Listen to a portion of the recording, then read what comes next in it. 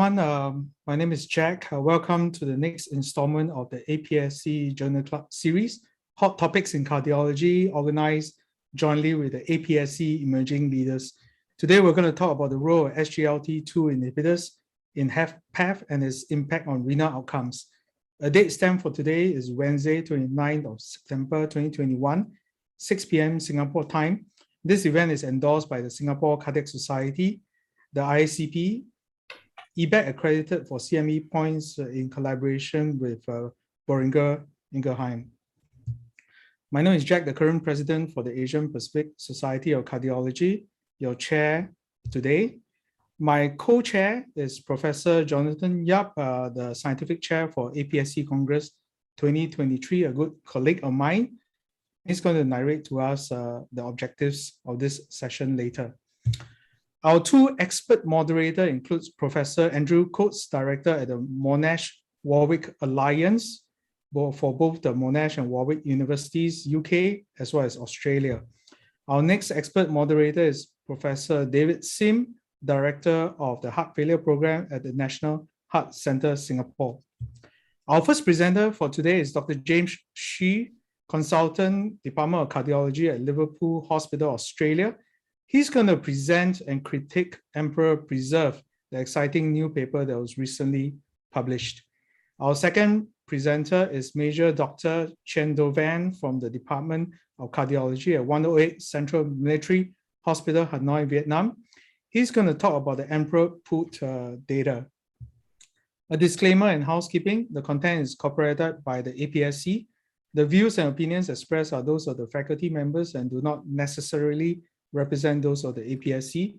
The webinar is currently live streamed via Wonder, APSC Facebook and YouTube pages. CME point will be submitted for those who are connected throughout the whole duration. You will then receive your certificate of attendance upon completing a survey sent by email. A pitch for upcoming APSC Cath Lab workshop. We have one on small vessel therapy in the Cath Lab on the 15th October, followed by another Cath Lab workshop, imaging from simpler to complex, a live transmission on OCT imaging guided PCR on the 12th November 2021. I'll now call upon my co-chair, Professor Jonathan Yap, to state the objective of the APSC Journal Club. Thank you, John.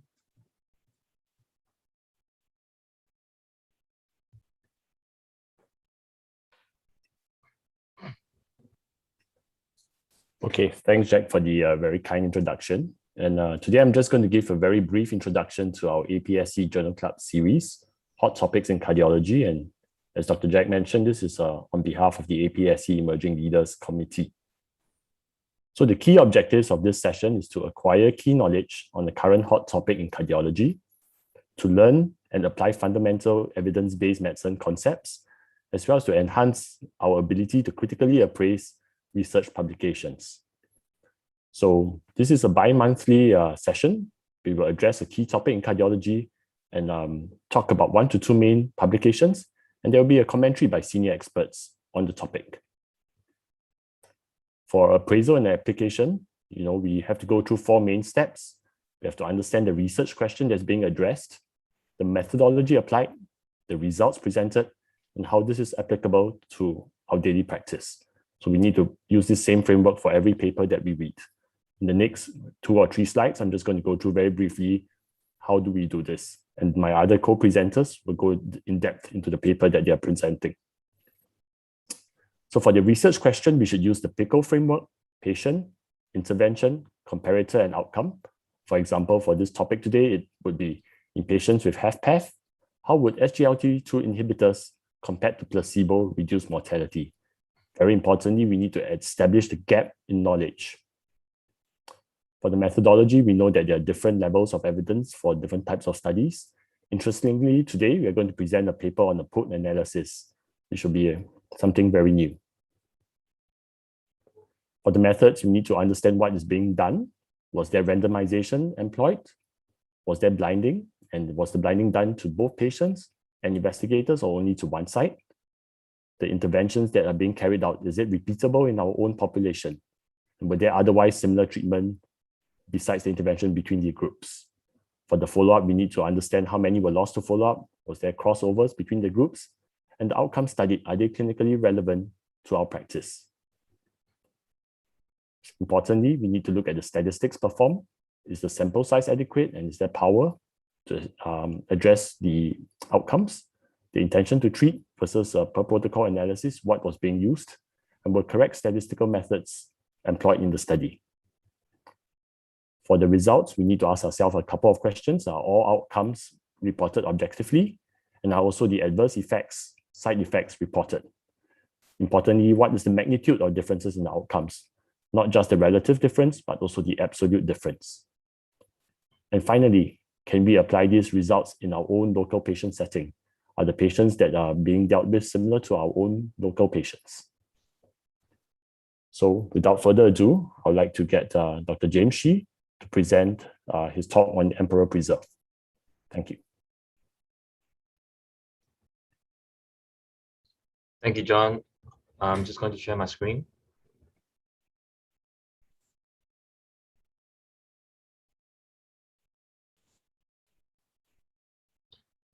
So first of all, thank you, John, and thank you, Professor Jack Tan and the APSC committee. It's a great pleasure to be taking part in this Journal Club series. So I will be presenting the Emperor Preserve trial, which, as you know, was recently featured at the ESC Congress and concurrently published in the New England Journal of Medicine. So as per previous APSC Journal Club format, I will first summarize the trial methods and results, followed by a critical appraisal of the study, and then outlining its clinical implications. A quick introduction for the rationale of the trial. In the ESC guidelines, heart failure is divided into 3 phenotypes, depending on the left ventricular ejection fraction. So an EF of less than or equal to 40% being defined as heart failure with reduced ejection fraction, an EF of greater than 50% being defined as heart failure with preserved ejection fraction, or HFpEF, and an in-between EF of between 40 to 50% as heart failure with mildly reduced ejection fraction. The SGLT2 inhibitors are thought to exhibit beneficial cardiovascular pleiotropic effects, and have been shown to reduce the risk of heart failure hospitalization and cardiovascular death in patients with reduced ejection fraction, regardless of their diabetic status. In contrast, the effects of SGLT2 inhibitors in heart failure with preserved ejection fraction, or HFpEF, are not well studied. The Emperor Preserve trial was a randomized, placebo-controlled, double-blinded trial conducted in over 600 centers in 23 countries. The participants were randomized in a 1-to-1 ratio to empagliflozin 10 milligrams once daily or placebo, in addition to usual therapy. This was an event-driven trial, meaning participants were followed up to first occurrence of the primary outcome, and the minimum follow-up was 6 months. And it was designed as a superiority trial. So the null hypothesis being that there is no significant difference between the studied dose of empagliflozin and placebo on the primary outcome. And of course, the alternative hypothesis being there is a significant difference. These are the key inclusion and exclusion criteria. Included are patients over 18 years of age who had NYHA class 2 and above heart failure, and a documented LVEF greater than 40% as obtained by various modalities. Patients were also required by the protocol to have an elevated N-terminal proBNP greater than 300 picograms per mil or greater than 900 if they're in AF.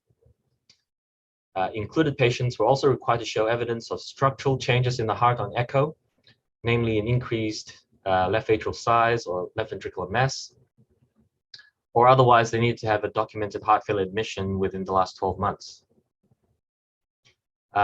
Participants were excluded if they had a symptomatic hypotension or systolic blood pressure less than 100, chronic kidney disease with eGFR less than 20 mils per minute, and various cardiovascular diseases or treatments that, quote unquote, from the protocol, increase the unpredictability of the patient's clinical course.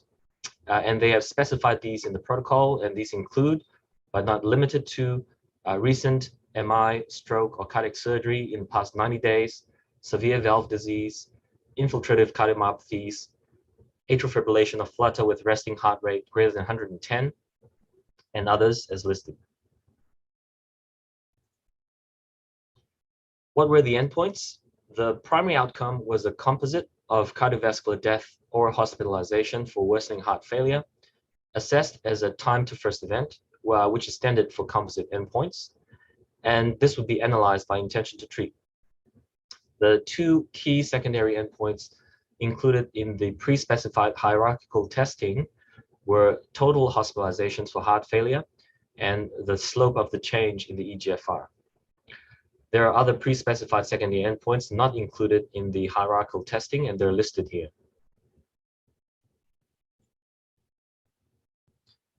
So as you can see from the study flow chart, a total of almost 6,000 patients were randomized with close to 3,000 patients per arm.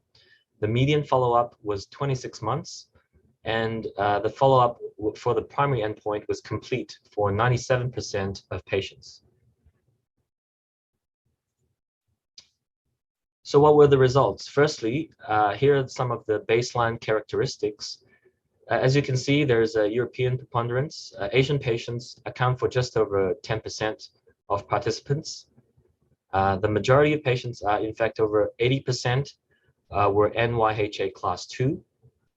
The mean left ventricular ejection fraction was 54%.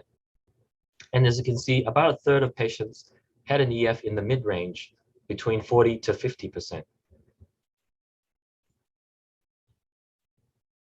There was an even spread of diabetic versus non-diabetic patients of approximately 50% each. And this was by way of the trial design, as randomization was stratified according to their diabetic status. And the same thing for eGFR less than 60. Atrial fibrillation was not stratified, but these were also approximately 50% of patients in each arm. Medications, use of RAS inhibitor and beta blocker was high, while the use of angiotensin neprilysin inhibitor and mineralocorticoid receptor antagonist were low. So this is the primary endpoint. As you know, Emperor Preserved was a positive trial after median follow-up of 26 months. The primary endpoint of cardiovascular death or heart failure hospitalization was lower in the treatment arm than in the placebo arm. The hazard ratio was 0.79, corresponding to a relative risk reduction of 21%, an absolute risk reduction 3.3%, and a number needed to treat of 31 patients. This effect was mainly related to a 29% lower risk of hospitalization for heart failure in the empagliflozin group. There was a non-significant 9% lower risk of cardiovascular death in the empagliflozin group than in the placebo group. With regards to the two key pre-specified secondary endpoints, the total number of heart failure hospitalization was reduced by 27% with empagliflozin compared with placebo, and the rate of decline in the eGFR was slower in the empagliflozin group than in the placebo group, by an average of 1.36 mils per minute per year. All the other pre-specified secondary endpoints yielded neutral findings, including the composite renal endpoint, which I'm sure we'll hear about in the next presentation. In this respect, this differed from previous SGLT2 inhibitor trials. Let's take a look at a couple of the key findings from the subgroup analysis. First, as was seen in the previously published Embryo reduced trial, the benefit of empagliflozin with respect to the primary outcome was independent of the participant's diabetic status. Empagliflozin was generally more effective than placebo across all the subgroups, but one of the standout observations was that there appears to be a decrement of benefit at higher ejection fraction levels. And what about the adverse events? There were no major differences between the two groups. However, hypotension and uncomplicated genitourinary tract infections were more common in the empagliflozin group. Moving on to a critical appraisal of the trial, as per previous format, let's go through this checklist for randomized trials. First, did the trial address a clearly focused question? Going back to our PICO format, it's clear that the trial addressed a focused question, and that is, in this case, is patients with HFpEF, is empagliflozin better than placebo in reducing heart failure, hospitalization, or cardiovascular death? And I think this trial answered the question appropriately. Was the study adequately powered? Of course, we wouldn't expect this to be an issue with an event-driven trial such as EMPEROR-Preserved. The trial protocol specified that the trial would continue until at least 841 primary endpoints were reached, which would give 90% power to detect a 20% relative difference at a two-tailed alpha of 0.05. At trial conclusion, there were 926 primary endpoint events, and so the trial was clearly adequately powered to address the question. Were the statistical methods clearly explained?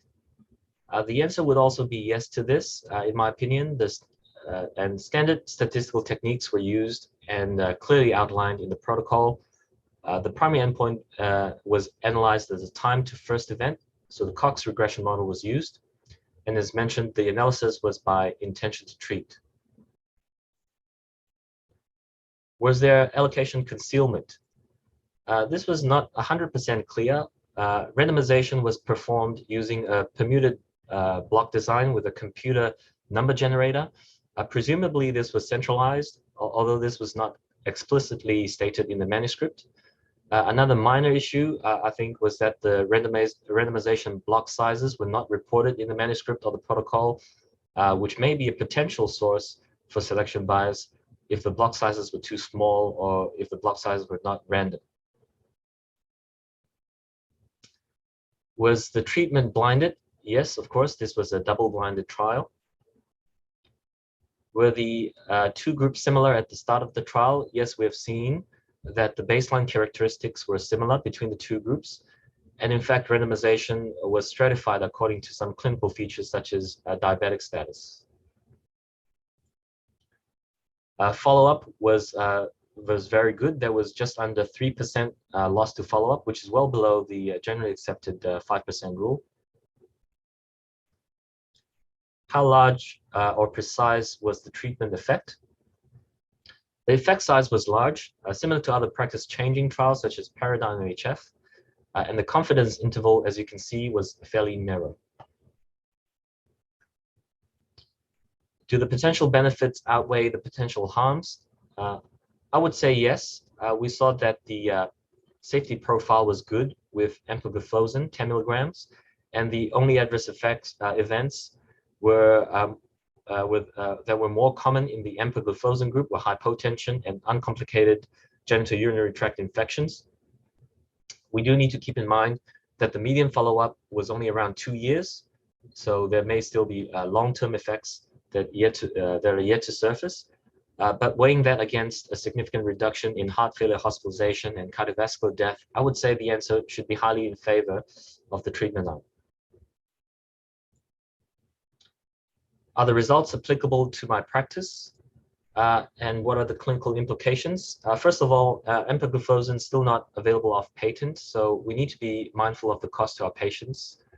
We should keep in mind that all patients with LVEF of greater than 40% were included in the study, even though, strictly speaking, HFpEF refers to patients with LVEF greater than 50%.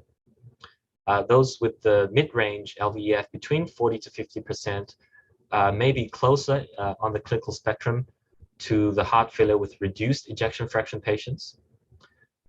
In fact, we did see that the benefit of empagliflozin was blunted in patients with higher EF, which raised the question of, whether these patients had heart failure in the first place or a different underlying condition altogether. And depending on where you practice, we need to keep in mind that Asian patients were underrepresented in this trial. So in summary, the EMPEROR-Preserved trial showed that empagliflozin, 10 milligrams once daily, in addition to standard care, can reduce heart failure hospitalization and cardiovascular death in symptomatic HFpEF patients. there was a large treatment effect with a good safety profile and is likely to be clinically significant and likely to be practice changing. The methodology of the trial was robust and well presented. Thank you for your attention. Thank you, James, for the very detailed presentation.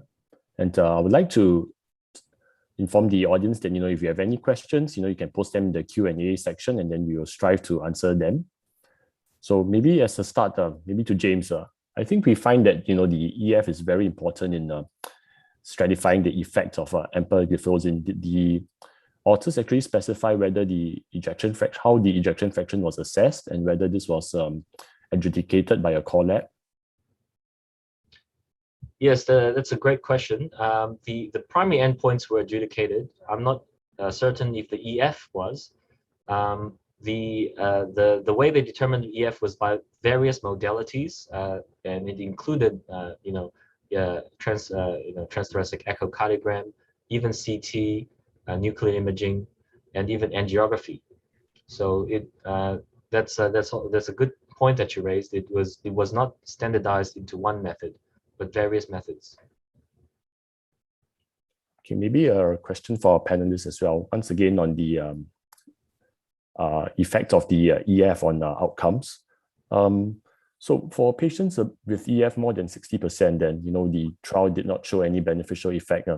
Would this actually influence your practice on prescribing SGLT2 inhibitors to patients with HFpEF, but the ejection fraction of more than 60%? Can I make a comment, Andrew Coates? Dr. Zhu, fantastic presentation, but you said that the effect attenuates, but there was no significant interaction term. The point estimates were all to the left. They were very mild trend. The only pre-specified analysis was those three cutoffs, less than 50, 50 to 60, and 60 and above. Really, there's no effect at all. So conventional treating is that if there's no significant interaction, all subgroups are considered the same as the main trial. So I'm not sure there's any evidence that higher ejection fraction patients don't respond in the same way. Yep, Andrew, I am glad you point out. I just wanted to point out as well, in the New England publication, if you look at it, the p-value for interaction was not significant. So regardless of it's 40 to 50, 50 to 60 and above 60, it works in all the subgroup. And there's a question on the ejection fraction. When we recruited patients into the Emperor Preserve trial, majority of patients got into the trial based on the, I think the ejection fraction was mainly done by echo, but there's no need for a core lab, to be sent to a core lab. So it's a local lab who did the ejection fraction evaluation. So Andrew, we had this discussion 2 weeks before this was published, and are you happy with the effect size, and you think there's a subgroup within which this group of HFpEF will benefit even more, and whether there's a gender issue, and which subgroup do you think the effect is truly more attenuated, Andrew? Well, I mean, it's always an interesting debate. I have three markers for any subgroup analysis, whether I take it significant. First is, was it pre-specified? So we need to look pre-specified analysis. And that was those three groups that David mentioned. And the second was that there was a significant interaction term, which there wasn't. And the third is it biologically plausible. So I think this fails on two of them. The pre-specified analysis said that let's look at those three, and they weren't significant. Biologically, it's possible. Now, it's been confused because Professor Packer has presented some other subgroups of a different endpoint with different cut points showing something. But I've also seen the spline curves, which is all values, and there's really no trend whatsoever. So I'm not sure that there's any real evidence that ejection fraction determines the differential response. It's possible, but it's only hypothesis generating. I think we have a question from the audience.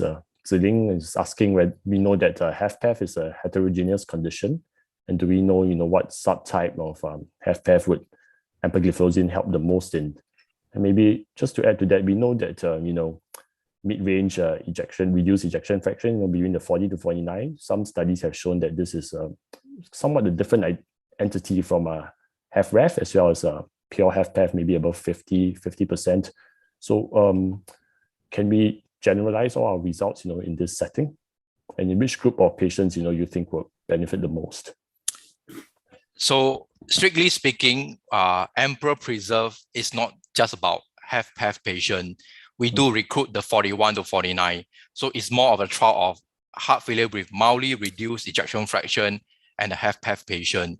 So based on the analysis, regardless of from 41 to all the way above 60, they benefit equally from it.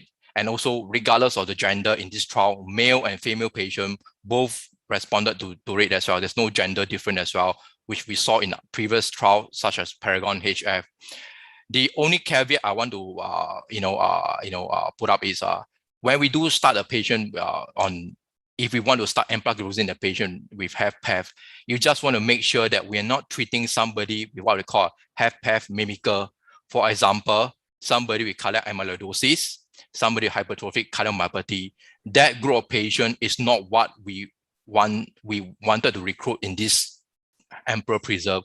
So I think I wouldn't take the gender, the EA cutoff, and who will benefit more or less. Because overall, if you look at the subgroup analysis, it seems that there's no difference between the different subgroup. Just caution against, I will still think that even with this drug now, we have evidence from reduced to preserved ejection fraction. I think imaging is still important. It's still important to get some imaging like echo to make sure we don't pick up things such as hypertrophic cardiomyopathy or, what POC mentioned, cardiac amyloidosis. Thanks, David. There's also another comment from Chun Hong about renal outcome not being significantly preserved in this Emperor Preserve trial. Do you see that as a discordant result? David, again, maybe? In the Emperor Preserve, one of the pre-specified secondary endpoint was actually the decline in the eGFR slope. And actually that was significant. That secondary endpoint was met. I think what, maybe we'll hear the next presentation. I think what the question is about is the Emperor Pool result, not so much the Emperor Preserve result. That's a very good clarification. Maybe one last question from Harris for Andrew Coates. It keeps going back to the same thing about this p-value. Is it rational to look at p-value interaction between the groups of EF above 60, 40, 49, 50, 59 again? Statistically speaking, I mean, since we're talking about journal club, right? Yeah, I mean, there are statistical rules, and if you don't have a significant interaction term, then all subgroups are purely speculative. And it was pre-specified to look at those subgroups, and the results didn't have a significant interaction. And in all of them, the result was to the left of the curve. So I think it's entirely valid to assume that that subgroup analysis was not, didn't show a differential effect. And the other thing to take into account is that we had Emperor reduced with low ejection fractions, Emperor Preserve with mildly reduced through to preserved, and they had an identical primary endpoint. So really, there's absolutely very little support that ejection fraction determines. But I'd also like to make a point about the renal function, and that is the pre-specified secondary endpoint was significant, but the primary endpoint for the pooled analysis was an unusual endpoint, which was the composite renal, including a sustained reduction of GFR of 40% or a reduction of GFR to 15. But the trial included patients with GFR of 20, and we know that SGLT2 inhibitors reduce GFR acutely at the beginning. So a lot of patients could go from 20 to 15, and then they become a renal endpoint, even if they're being protected. So I think it's a very strange endpoint, that composite renal endpoint in this particular trial that included people who merely went from 20 to 15 for 4 weeks. So that's not, to me, so much of an oddity, given that the other renal endpoint was just as good as Emperor reduced. I think we will go into the renal endpoints in the next topic. Yep. But just want to emphasize the very important point here that If the interaction is not significant for your subgroup analysis, theoretically, you should not look at the results of the stratified analysis by subgroups. So maybe at this point of time, we shall move on to the next paper. I'd like to introduce Dr. Do Van Chen to present his paper on the Emperor pool results.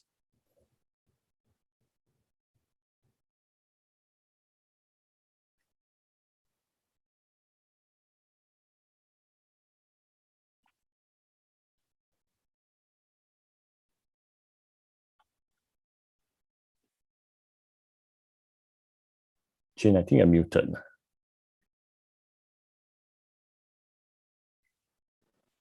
Oh, sorry. Yeah.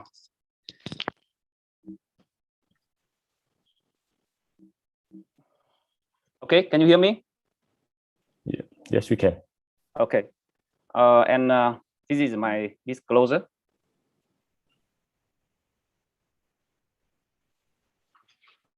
Emperor pool analysis were presented by Professor Minton Barker at the ESC Digital Congress early of this month. However, the full paper is not yet published. Therefore, we will discuss his analysis based on his presentation. And in this special section, we will focus more on the effect of empagliflozin on the renal outcome. Let me start with the clinical scenario of this pool analysis. In most strands, such as HFpEF, Emperor reduced or Emperor preserved or ongoing deliver, the researchers examined the effect of SGLT2 on the heart outcomes, especially on HF, hospitalization or cardiovascular mortalities. The only Emperor reduced can show the meaningful effect of SGLT2 on the renal outcomes, such as the decline of the eGFR, renal transplantation, renal death. And recently, the meta-analysis of Emperor reduced and HF also shows the effect of SGLT2 on renal outcome. Overall, this meta-analysis shows a 48% of reduction of composite of renal outcomes in the favor of SGLT2. However, the benefit of SGLT2 only seen clearly in Emperor reduced, but not in the HF. Moreover, this is a meta-analysis of two different drugs, empagliflozin and dapagliflozin. Let's look at the Emperor pool background and design. Emperor reduced and preserved were sister strands with very similar protocols, case report forms, investigators, endpoints, statistical plan, administrative structures, which was carried out at the same period of time. The two strands separated by ejection fraction of 40%. Emperor pool was prospectively designed, indifferent patient level pool analysis of data from two strands. Overall, two trials enrolled almost 10,000 patients with the primary and the first secondary endpoints of each strand was heart failure outcome. And the primary endpoint of Emperor pool was measure renal outcomes. This is the Emperor pool inclusion and exclusion criteria was similar in Emperor reduced and preserved that you have heard in the last presentation. The only difference was EF more than 40% for Emperor preserved. And this is a long list of Emperor pool exclusion criteria was similar in Emperor reduced and Emperor preserved. Now we have a primary endpoints for each strand. It is a composite of first time to the first event adjudicated cardiovascular death or adjudicated hospitalization for heart failure.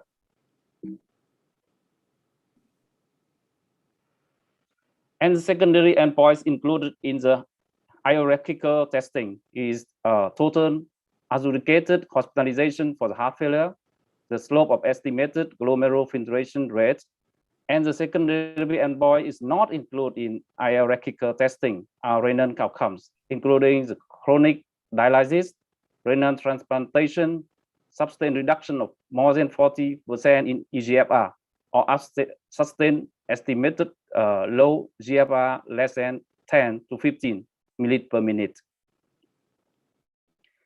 And now this is a pre-specified statistical plan in Emperor pool analysis. In both trends, the cardiovascular death or the time to the first hospitalization and secondary endpoints is total hospitalization first to recurrent were designed at alpha of 0.05. Then the alpha was divided into two parts.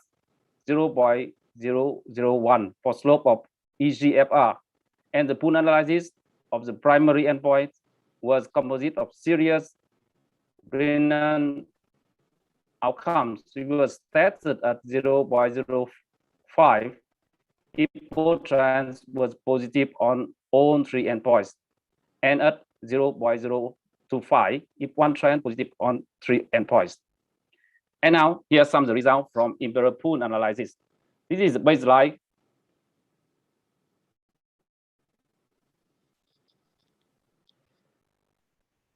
This is baseline characteristic of the study population by NVIF, which was divided by 10% from 25, 35 to 65. Patients with NVIF less than 25% and more than 65% accounted for less than 10%. Patients with NVIF less than 25% were younger, more men, more ischemic etiology of heart failure, and higher NT-proBNP. Patients with NVIF more than 65% was older, most of them were women, with higher prevalence of atrial fibrillation and lower NT-proBNP. The other parameters in the search in patients with NVIF ranging from 25 to 65 were similar. We have looked at the heart outcomes. There's a very similar trend in the reduction of composite of cardiovascular deaths, hospitalization. There's 25 reduction in Embryo reduced trends and 21% in preserve. And the reduction of time to the first heart failure hospitalization, 31 in the reduced and 29 in the preserve. The difference in time to the cardiovascular death was statistically insignificant, and the reduction in total hospitalization was 30% in Embryo reduced and 27% in the preserve. The effect of empagliflozin on heart failure in ejection fraction subgroups were consistent across EF range, with attenuation at EF more than 65%. Overall, we can see the reduction of 30% for the time to the first heart failure hospitalization in yellow dot and total in the red dot. However, please remember that this is not primary outcomes in Embryo pool analysis. Regarding the effect of empagliflozin on EGFR and renal outcomes, there's discordance between them. As in the Imperial preserve, there's significant difference in EGFR slope with 1.36 milliliters per minute per year. However, the major renal outcomes are still similar between two groups with hazard ratio of 0.95.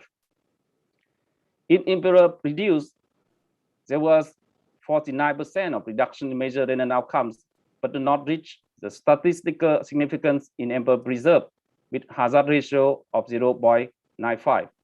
Here you can see the clear separation of the red and blue lines on the left side, but no separation on the right side. The authors of the pool analysis decide to use more strengthened renal outcomes for the post-hoc analysis, which shows that there was concordance in both trends. There was 30% of reduction of total hospitalization for heart failure and 48% reduction in renal outcome was similar in Embryo reduced. We can see from the similar trend for the Embryo preserve with AF range from 40 to 50% with reduction of both outcome. However, in patients with AF more than 60%, there was no benefit of empagliflozin compared with placebo. The P trend for heart failure and renal outcomes was statistically significant. And now we move to the critical appraisal. We will talk about the complexity of the design, the slope of EGFR, definition of renal outcomes, and in case of super high ejection fraction. Firstly, from my own perspective, this is quite difficult to understand the statistical plan for the analysis. As clinicians, the alpha spending here is hard to interpret. Moreover, patient cohort may be not similar, except for the NVF, which varied from 25 to 65%. Now we can look at closely at EGFR as renal outcome in Embryo reduced and Embryo preserved. In Embryo reduced, which was published last year, showing that the EGFR was 1.73 the slope difference in Imperial group compared with the placebo. And in the Imperial preserve, the reference was only 1.36 per minute per year, per milliliter per minute per year.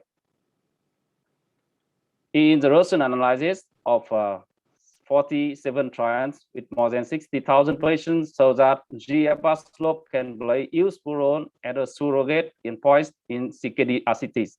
GFR slope from baseline and from 3 months follow-up of 0.5 or 1 minute per year can strongly predict the benefits on clinical endpoints, such as doubling the serum creatinine or GFR low less than 15 milliliter per minute or end-stage renal failure. In this slide, I want to summarize the different renal outcome in pre-specified and post-hoc analysis with the change from sustained reduction from 40% to 50% and addition of renal death in the post-hoc analysis. Can we interpret as it is publication bias? In CKD trials, the question of how to assess kidney function was always tough. There are a lot of discussion among trialists on which parameter to use for more reliable results. Clinical renal outcomes such as kidney transplantation, initiation of maintenance of dialysis, or the death from kidney failure were clinical approved, but GFR-based outcomes with sustained low GFR or sustained percent decline in GFR remain disputable. Here are some definition of kidney outcomes for use in clinical trials. The percentage of decline of more than 40% from baseline start point, sustained over at least 4 weeks, can be used in the Embryo programs. However, we can use other numbers such as 30, 40, 50, or even 57%. The 57% is the most well established, whereas the 30% decline is least reliable in of these putative surrogates. The authors of trends state that the changing of definition of renal outcome did not enter overall findings on renal events in Embryo preserve, as you can see in these slides. Now let's look at the other trends in Embryo kidney with more than 6,000 patients. The Embryo renal composite outcomes are CV death or kidney disease progression, which have a similar seen in Embryo program. And now we look at other patient population of the program, such as in Credence with eGFR from 30 to 90 and URCA-CR more than 300. In DAPA CKD with eGFR from 25 to 75 accounted for less percent which in Embryo kidney program, which have eGFR from 20 to 90 and URCA more than 200. There are various criteria for renal outcomes in different programs, but this shows that the result of Embryo kidney and Embryo program have impact very large number of patients CKDs worldwide. In DAPA HF with 4,700 patients who have NVF less than 40% treated with dapagliflozin, after almost 3 years of follow-up, there was no benefit of dapagliflozin on the worsening renal function, as you can see here, which has a ratio of 0.71. Similarly, in paradigm with more than 8,000 patients, NVF less than 40% treated with acne or placebo, also shows no benefit of acne compared with placebo in terms of decline in renal function, with hazard ratio of 0.86. This slide to summarize that the patient with HFpEF reduction of composite renal outcomes were achieved in Embryo reduced with dapagliflozin, but not in paradigm with acne and DAPA HF with dapagliflozin. Morrison Paragon HF trial with 4,800 patients, NVF more than 45%. The investigated drug was sacubitril and valsartan. We can reduce the composite renal events about 50% if we treated with acne compared with valsartan. In DAPA CKD, in patients with and without type 2 diabetes, were randomly assigned to receive dapagliflozin or placebo.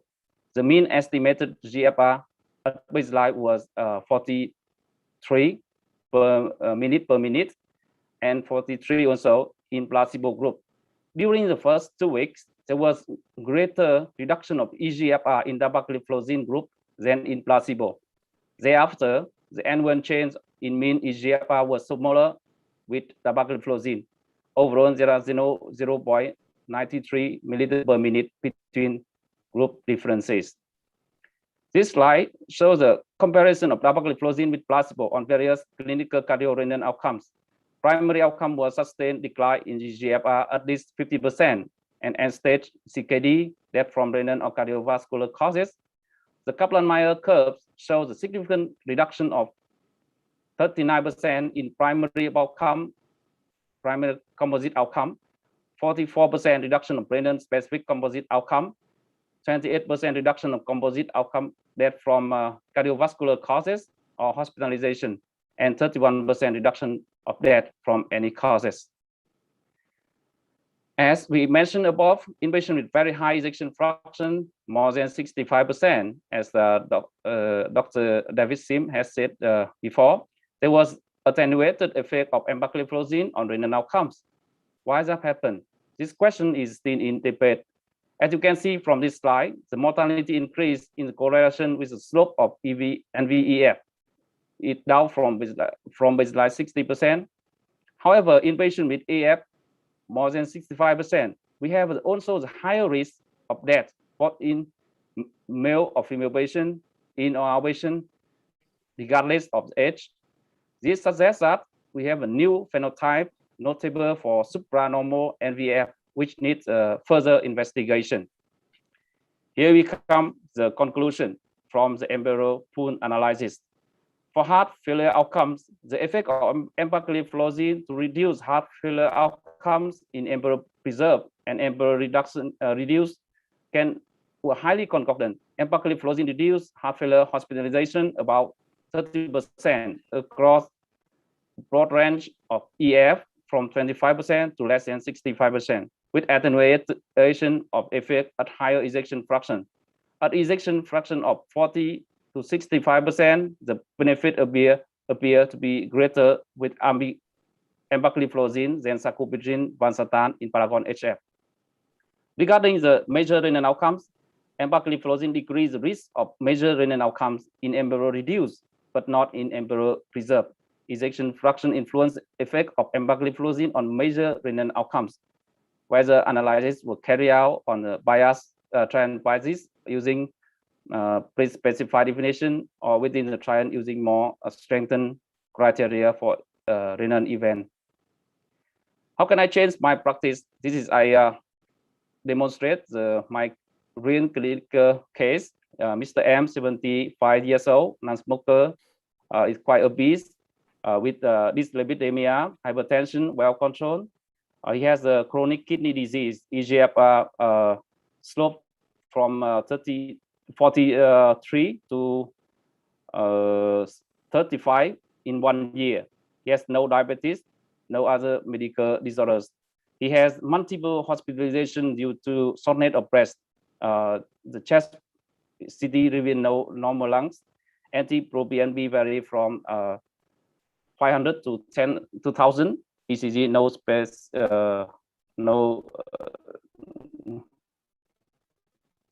specific finding. This is we did the angiogram. There's no specific disease, and echo shows that NVF about 51%. E and E prime is 9, and the pulmonary pressure was 29. HFpEF score was 5 with a 83 probability for HFpEF, and we don't have the exercise echo test or the right heart catheterization, and we put a diagnosis for patient with HFpEF, near class 2, hypertension, CKD stage 3B, dyslipidemia. And this is our current treatment with amlodipine, valsartan, rosuvastatin, and furosemide. And based on what I have said, this is a question for the panelists too. Should I add empagliflozin to my current prescription based on the results of Embryo trials? And what effects do I expect from empagliflozin? With that, this is my hospital where I come from, and this is my team in the cath lab. With that, I thank you very much for your attention, and see you soon at the APSC Congress this year. Thank you. Thanks, Chien, for the very detailed lecture on a very complicated topic. We will come to your patient later on, but maybe just for a start, because this is a very interesting trial design, maybe I could get some comments from the panelists on what they feel are the advantages and maybe disadvantages of having this pooled analysis from Emperor preserved as well as Emperor reduced.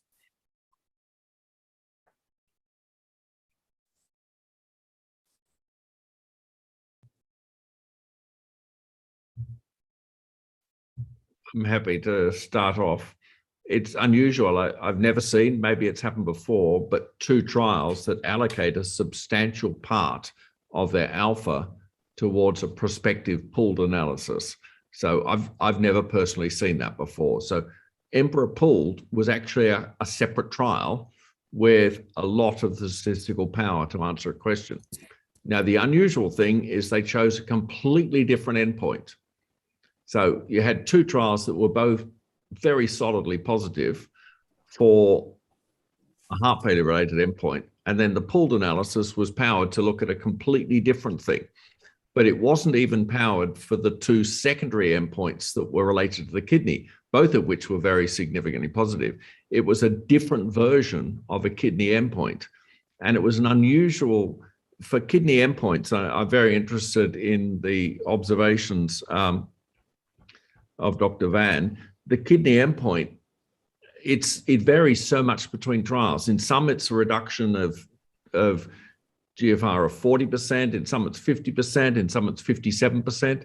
In some, it's a reduction for at least 4 weeks below 15, in some it's below 10. And now we're recruiting patients at 20. And so the renal endpoint is not a hard endpoint. You know, a reduction of GFR of 40% or reduction to 15 is more like a sort of quantitative thing. And we've seen it with a trial that significantly reduced the slope and had identical results to preserve and reserve. And yet the endpoint that defined renal endpoints by this composite endpoint had a totally different result. So I'm left floundering to quite know how reliable renal endpoints are when they're so differently defined between different trials.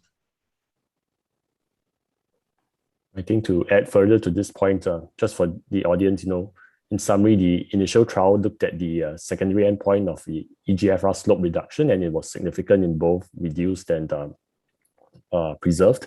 But when during this pooled analysis, they tried to look at more clinical outcomes, including dialysis, 40 to 50% reductions in eGFR, and they found very differing results. Maybe Dr. Sim, want to have your take on this differences in interpretation of all these different renal endpoints? Like what Andrew said, is quite unusual way of analyzing it because both Emperor preserved and reduced were mainly, looking at heart failure endpoint. And in both trials, the secondary endpoint were pre-specified was the slope of the decline of the rate of decline of the GFR slope. But in the Emperor pool, what they wanted to look at was a totally different, endpoint, which that of a renal, eGFR less than drop of less than 40%. So one possibility could be because, if you speak to nephrologists, they would say that they usually don't use 40%, they use 57%. So if you choose something, a cutoff of 40%, obviously it will create a lot of noise because we know when we use SGLT2, the initial phase, there will be a dip in the eGFR, before it stabilizes. So this dip, once it go below 40, it will be recorded as an event. So that could be one possibility. And then the other possible thing is, why do we see a slowdown in the rate of decline of the eGFR, but we don't see, when they look at the renal endpoint that was put in the Emperor pool, we don't see it. It could be also because, I mean, just a postulation that the timeline is not long enough. We maybe given enough time, a longer follow-up, we may start to see all this renal protection. All right, because don't forget, heart failure trial usually duration is much shorter than our CKD trial. Thanks, David. I just like to ask, coming back to PICO and clinical relevance, we're all a bunch of cardiologists here talking about renal outcome. To a cardiologist like James, right? What to you is truly the renal outcome that speaks to a cardiologist, I think? James, please. Yeah, it's a good question. I personally, in my current practice, I don't see that many heart failure patients. I guess as an interventional cardiologist, we worry about acute kidney injuries. We don't really tend to see a lot of the chronic kidney patients, disease patients on outcome. So I would be more in my practice, be more concerned about acute kidney injuries with medications or with with my procedures. So we're quite selective in terms of the patients that we see, I guess.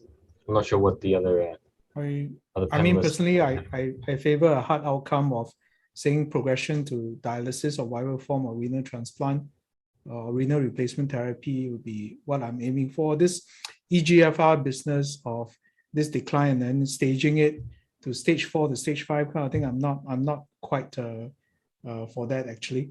But I'm eager to hear everyone's opinion. Before we do so, can I just take a quick question from Harris to Andrew actually? There's a good question since it's on statistics. The result could be skewed by a 30% odd patient with a cohort of EF less than 50%, which is strictly mildly reduced compared to overall population. So hypothetically, if this definition is more than 50%, would the result be reproducible in the real world registry? Andrew.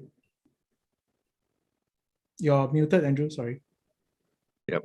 It's a very important question. I mean, I think if we knew when this Emperor Preserve was designed, what we know now, we should have said it should have recruited 50% and above, because that's now the recognized definition of HFpEF. But it was done at the period when HFrEF trials only went up to 40 and HFpEF trials, all historical ones, went down to 45 or 40. So I think it's a pity because the result may be influenced by the fact we've got this mildly reduced group. Having said that, we have 2 trials with empagliflozin that straddle the whole ejection fraction range. They're both about the same size. Reduced is up to 40. The Preserve trial is above 40, and they have the same endpoint, the same secondary endpoints, and virtually identical results. So we'd have to say that if you take all that together, you'd say ejection fraction really has a very small effect on the efficacy of empagliflozin. And I've seen the spline curves, and it's basically a flat line with a few wiggles. We must learn that just artificially selecting little bins and looking at them is unreliable. So I would have preferred to have all future trials 50 and above. But what we've got is the trials we have. We have, for the first time, treatment that works equally up to 40 and above 40. And that's really all we can say, in my view. Thanks, Andrew. But I think, yeah, in the Emperor Kidney program, they have a big program with the kidney outcomes, yeah, they are doing now trial, and the cutoff of EGFR is 40% was pre-specified earlier, I think, a few years ago. Yeah. EF or GFR? Sorry. EGFR. All right. Yeah, we were talking about EF. Yeah. Perfect. Yeah. So actually, I thought, Chien, your case was beautiful, and you illustrated all the strong points here. So perhaps if we reference back, I'd like David to answer Chien's question. So what do you expect of the renal retardation? What do you expect of the effect size for both heart failure as well as renal outcome, looking at these 2 trials that was presented for his patient? So if I remember correctly, his patient has a ejection fraction of 51%. So that is strictly based on the latest guideline that will be in the preserve range. and I think EGFR was 43. So I think it's a non-diabetic patient, not wrong. So if you were to, based on the result Emperor preserve, this patient will benefit from the use of empagliflozin. At the same time, even though we do not have any result from EMPA kidney yet, but we know from a DAPA CKD, a patient with a EGFR of between 25 to 75 in the DAPA CKD trial, in this patient with CKD as well, they will benefit from SGLT2 inhibitor as well. All right, don't forget that DAPA CKD, even though the primary endpoint was the renal endpoint, the secondary endpoint of cardiovascular death was actually met as well. A lot of our CKD patients do have, one of the commonest cause of CKD patient is actually cardiovascular cause. So for this patient with both CKD and HFpEF, I would say that there is a very strong case to, initiate the SGLT2 inhibitor. And the effect size? You think which one will predominate? I guess both lah. I mean, when I start this drug, I usually tell the patient it's not just for cardio protection, not just for reduction in heart failure hospitalization, but we are also looking at reduction in renal endpoint. So Andrew, for this patient with EF of 51% is really right at the crux of it. Do you think really Entresto has no role? And I think you will definitely go with SGLT2 inhibitors as really first line now, but what about the other RAS inhibitors? Interesting. I mean, I think the other RAS inhibitors, we have no evidence of benefit. Having said that, all the trials show a trend to a benefit. For the Paragon study, there was a strong relation between ejection fraction and outcome. And the lower end, the 45 to 50, really behaved like FREF. Unlike Emperor, where the ejection fraction on outcome was pretty flat. For the sacubitril/valsartan trials, it was very steep. And it depended on gender, which makes life a little bit more difficult. So taking a clinical perspective, a person with an ejection fraction of 51%, I think almost certainly will respond to sacubitril/valsartan.